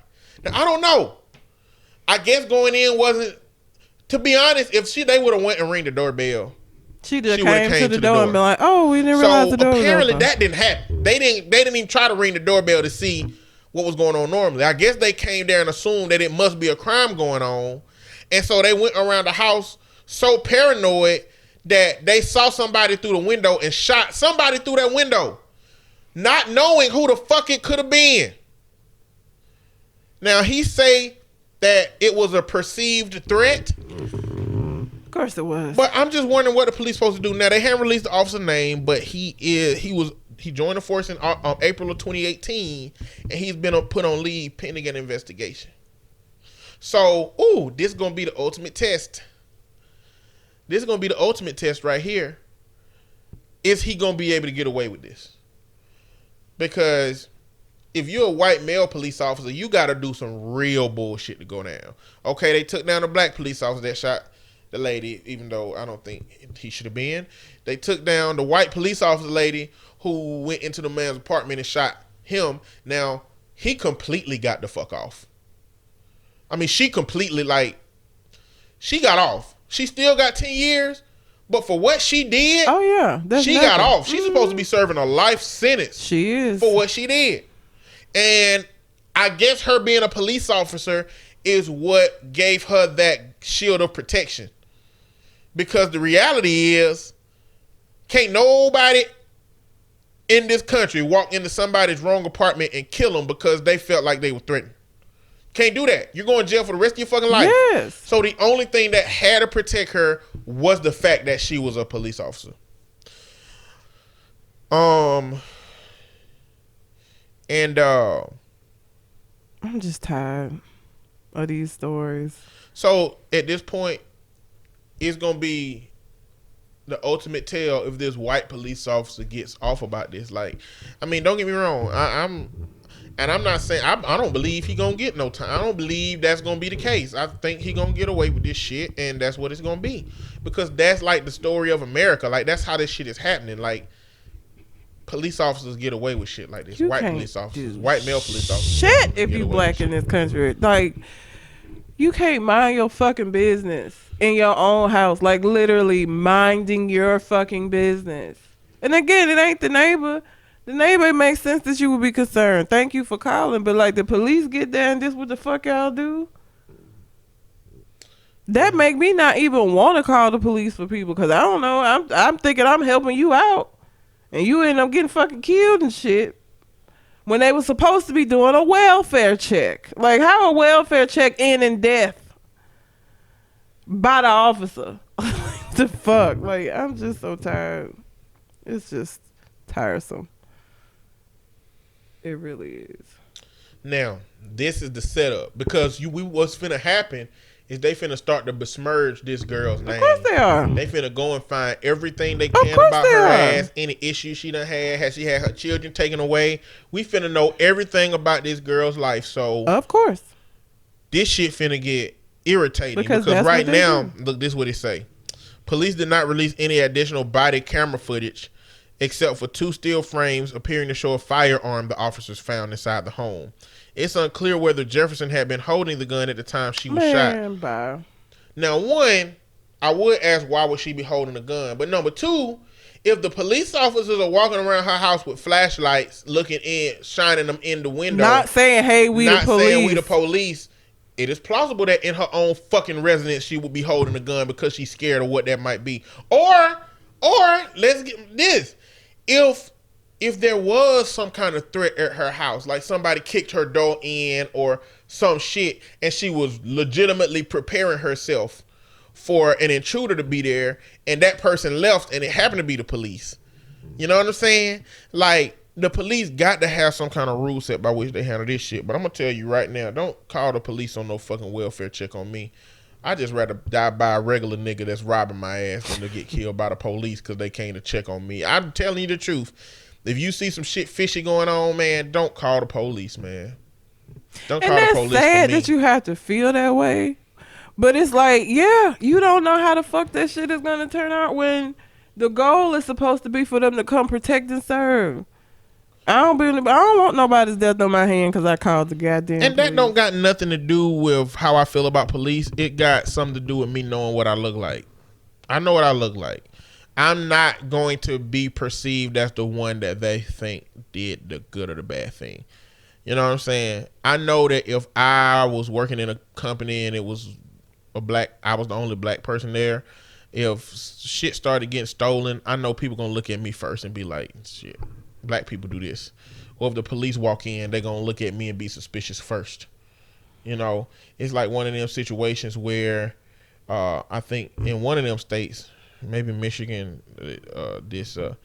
the hero stopped the dude that was about to shoot up the club, and then when the police got there, they shot the hero. Mm-hmm. You know, like, and people had to tell him, no, you shot the wrong one. He the one that stopped the shooting, bitch. You know, like, it just becomes tiresome. It is tiresome. And this just yet another piece of the puzzle to what black people have to deal with in America, that maybe it'll awaken another group of white people to seeing that this shit is patternistic, and it's not. Like, this is the second person in the last in 2019, and I'm sure it's more, that was shot in the comfort of their own home for fucking just not existing. Doing nothing. Nothing illegal, nothing, minding their goddamn business. Ridiculous. Just existing. So don't let what they about to talk about this girl about fuck you up. Go find out about her right now before they start fucking up her life and making her seem like she had a problem. Also, how much is this happening to white people? I think, you know, Fox News and all of these other outlets be complaining about how they're just overreacting. You know, a real defense would be showing the video of this happening to a white person. But they can't do that because it don't happen. Don't exist, man. It don't fucking exist. I mean, the only other thing I don't really want to even talk about this, but Prince's estate calls out Donald Trump for playing Purple Rain during his event. Why would you even, that let me know that y'all don't know what Purple Rain is about. Purple Rain is not a song that you want to play at a political event. Purple Rain? What the shit? And they had already told them they did not want his music used during Trump's bid. They said, fuck that shit. We gonna play this Purple Rain today. Purple Rain does not. Y'all can't possibly know what the song is about. If that's the song of all the Prince songs, and you chose Purple Rain. All right. Trump just wants his supporters to be able to say, well, Trump don't got a racist bone in his body. He plays that colored fella Prince's Purple Rain at his rallies. How can he not like black people if he's playing that Prince? I tell you right now, if I ain't like black people, I wouldn't play no monkey at my damn events. Oh Jesus, not a monkey. I'm just like, Trump trying to be down, trying to be cool, trying to cater that old school black crowd. You know what I'm saying? And he's using Purple Rain to do it. It doesn't, the lyrics, it just doesn't, it wasn't the right song. Even if you were going to use a Prince song, Purple Rain wasn't it. But that just shows how oblivious they are. Like, we'll just play some black music. They'll like that. They like to hear their own music. Trump is not smart. No, he's not. He isn't. Texas man robs the bank the day before his wedding to pay for his fiance's ring and for the venue. If you cannot afford the wedding, robbing the bank ain't it. You gonna go to prison behind robbing a bank to pay for a goddamn wedding and a ring? It's so many better things to rob than a bank. You know? I mean, damn, you might have to rob 10 convenience stores to get the same money, but bruh, banks is penitentiary chances, man. It is. That's felonious. And now you're not getting married. You're not to her. You might get married to Bubba inside, but you know what I'm saying? You went from a whole end of a spectrum. You went to finna get married to a woman to finna get banged by a man. That shit, like, if you would have saw a crystal ball of how that shit was gonna turn out, then he probably wouldn't have done it. Probably wouldn't have done it. Listen, man, look, it ain't worth your freedom. Her being able to brag about the kind of ring that she got and shit, like, it's not worth your free. Is it worth your freedom? It's not, I promise you. Good Lord. Rob the bank to pay for the wedding. That ain't it. That is not it. And Sesame Street is introducing a character whose mother has an opioid addiction. Who, mama? Sesame Street is introducing a character. The character's mama has an opioid addiction. Good. What's her name? Carly with an I at the end. It's like Karli. Carly. Carly will explain that her mom was away for a while because she has a grown-up problem. What? Fucking opioid addiction ain't no grown-up problem. Fucking bills is a grown-up problem. Well, but school debt is a fucking grown-up problem. For a children's show, it is a grown-up problem. Yeah, they ain't giving the children a healthy understanding of what grown-up problems look like. Like, them ain't everyday grown-up problem. Like, I ain't on no goddamn crack, no opiates and none of that shit. And I got grown-up problems. Yeah. So don't be motherfucking tricking these kids thinking that grown-up problem just means goddamn smoking some bullshit. Damn. This is why you don't let Sesame Street teach your kids. You teach your goddamn kids. Tell your kids what you want them to know. Yeah. Well, Sesame Street trying to be more inclusive, so. Of course. They need to put a character on there who mama be twerking. They need to put a character on there who mama be wearing bonnets and nightgowns to the school. Shit just makes me so upset because I wear bonnets and I know it's not a hat. I'm here right now. I just did my hat and guess who ain't got a bonnet on? Me. And my hair is in ponytails, okay? It's not like it's done. Shit. They need to put a character on there who mama sells some ass for some cash. There's a lot of problems out here. They need to put a kid on here who been removed by DHR because they got their ass beat. Like beat. I think they do have. Did they have a kid that was in foster care? I think so. I'm sure they have. I think they got a foster care kid. Yeah. Like, but I bet that Sesame Street character don't be talking about the shit that they really go through to get the foster care. Oh, no. Like some of the shit I done heard from kids. Man. I'm in foster care because my mama was sucking dicks in the back of the car and we was there in the seat and they found drugs and my mama used to be passed out on the couch. Damn. That shit be happening. Yeah. But I bet they ain't got that Sesame Street character saying that shit. A mama boyfriend sneaking in the room late at night and shit. And somebody found out about it. They definitely ain't using that shit. They be masking that shit. That shit happens a lot. It is a lot of women who bring strange men up in their home with their kids. You can't do that. Niggas date you because you got kids sometimes. A pedophile, yes. Yeah. That shit crazy. That shit crazy. I mean, you gotta be careful, man. You do. They ain't even looking at you. They looking at your kids. Like, you have to be really careful when you have kids in the dating world. You gotta be careful as a single person without kids in the dating world because motherfuckers is crazy. You know you gotta be careful. You got children. Hell. I don't even know how you find out. What? I mean, how do you even find out, man? If they a pedophile, answer. It ain't no way to find out for real. Do a background check. See if he been You just gotta convicted prepare before. your kids, and you gotta be ready to believe your kids when they say some shit That that too. happen. Not to say your kids can't lie, but I mean, if you find it's like suicide. Like with mental health, we don't have the luxury of saying shit like they doing that for attention and all that shit. In mental health, we are trained to assume that any suicidal ideations are real, and we treat them as if they're real. And if they ain't real, if they alive, then good. No foul, no harm. You wasted time, but you know, it is what it is.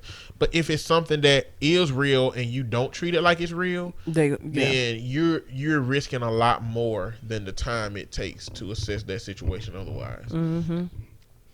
So I don't know. That shit crazy. It is. So I think it's better to listen to your kids and believe them when they say this dude or this lady is touching me in the wrong way or doing something, versus not believing them when it may be happening, because now your relationship with your child is ruined and they're going to go to some extreme coping mechanisms to deal with the fact that they've experienced this, and the person who is supposed to listen to them didn't even believe that this shit was happening. So,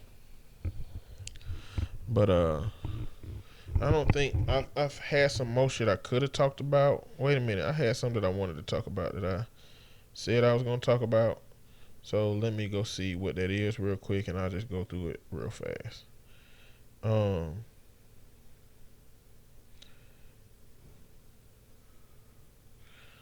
can't remember which one it is. A 29-year-old mayor gave his city's poorest residents $500 a month. And here's how they spent the money. So Andrew Yang's political platform is about a universal basic income, and his presidency is championing for a universal basic income. That basically means that everybody gets a stipend from the government that represents a basic amount of money that we should all get. It don't matter how poor you are, how wealthy you are. Everybody as an American citizen would get $1,000 a month. And there's a lot of places that have been trying out piloting programs to see how this money is spent. And surprisingly, most of this money is spent appropriately. It's spent to actually help them. It's spent on catching up on bills. It's spent on food. It's spent on paying off debts. It's spent on shit that you would expect. But see, our societal rhetoric would lead you to believe that if you gave a low-income family struggling $500, they're going to go spend it on steak, crab legs, shrimp, and crack. You know, that's what you're going to think that they're spending that money on. But we got to get out of that welfare queen rhetoric about our society. The reality is we don't have welfare queens. And people be like, well, they just don't do work and they just get money. You wouldn't trade your life for theirs. Their life of getting free money and doing nothing for it is not better than you working your ass off and getting what you have. You know, our society has built up this system where we find a way to demonize the poor for being poor while upholding the wealthy for being wealthy, and acting like there is no overlap from how the wealthy became wealthy from the poor. And like there's no correlation of how the wealthy make decisions that impact the poor in the way that they are impacted. And so I think we got to change that rhetoric in our society and stop looking at people like that. And the reality is we can change that rhetoric. We can. Because the rhetoric for black people on crack in the fucking 80s was that it was something that needed to be penalized, and we need to have harsher penalties on substances and for black people. But you know what changed? That rhetoric about substance use changed when it came to opioids in the white community. Yep. When opioids came to the white community, it changed, because now it's not about criminalizing substance use. It's about finding help for substance use. And it's about it being a national emergency and investing funds to figure out how to help this substance use. So you know what? That old view of welfare queens can be changed to one that recognizes that poor people ain't just trying to fucking capitalize off of the system, gain from the system, and give nothing back to it. Okay? And a lot of big part of that system was saying that it took away the incentive for people to find jobs. Where are the fucking jobs? If you can guarantee everybody who look for a job, then fine. But you can't do that. When you around here, if you go to Inslee, and if you go Hueytown, and if you go to these little towns, if every restaurant can't offer everybody a job, it's too many people that live in these places to get the kind of jobs that people need to survive. So don't talk about it removing the incentive to have jobs if you're not putting forth a plan to increase the jobs. And you can't do that. You're not going to do that as a Republican because you believe in the private market and you don't believe in the government intervening in the private market. So if nobody want to create no jobs, then ain't no jobs going to be created. So I just wanted to mention that. I don't think Andrew Yang is going to win, and I don't even think I support Andrew Yang as president, but man, it'll be feel good to get that $1,000 a goddamn month. Hell yeah. It'll feel good as hell. I'm gonna tell you that right now. That being said, that's all I got. All right. You got anything else? Anything else on your mind? Nope. All right. Well, until we come to the next conversation, we out. Holla.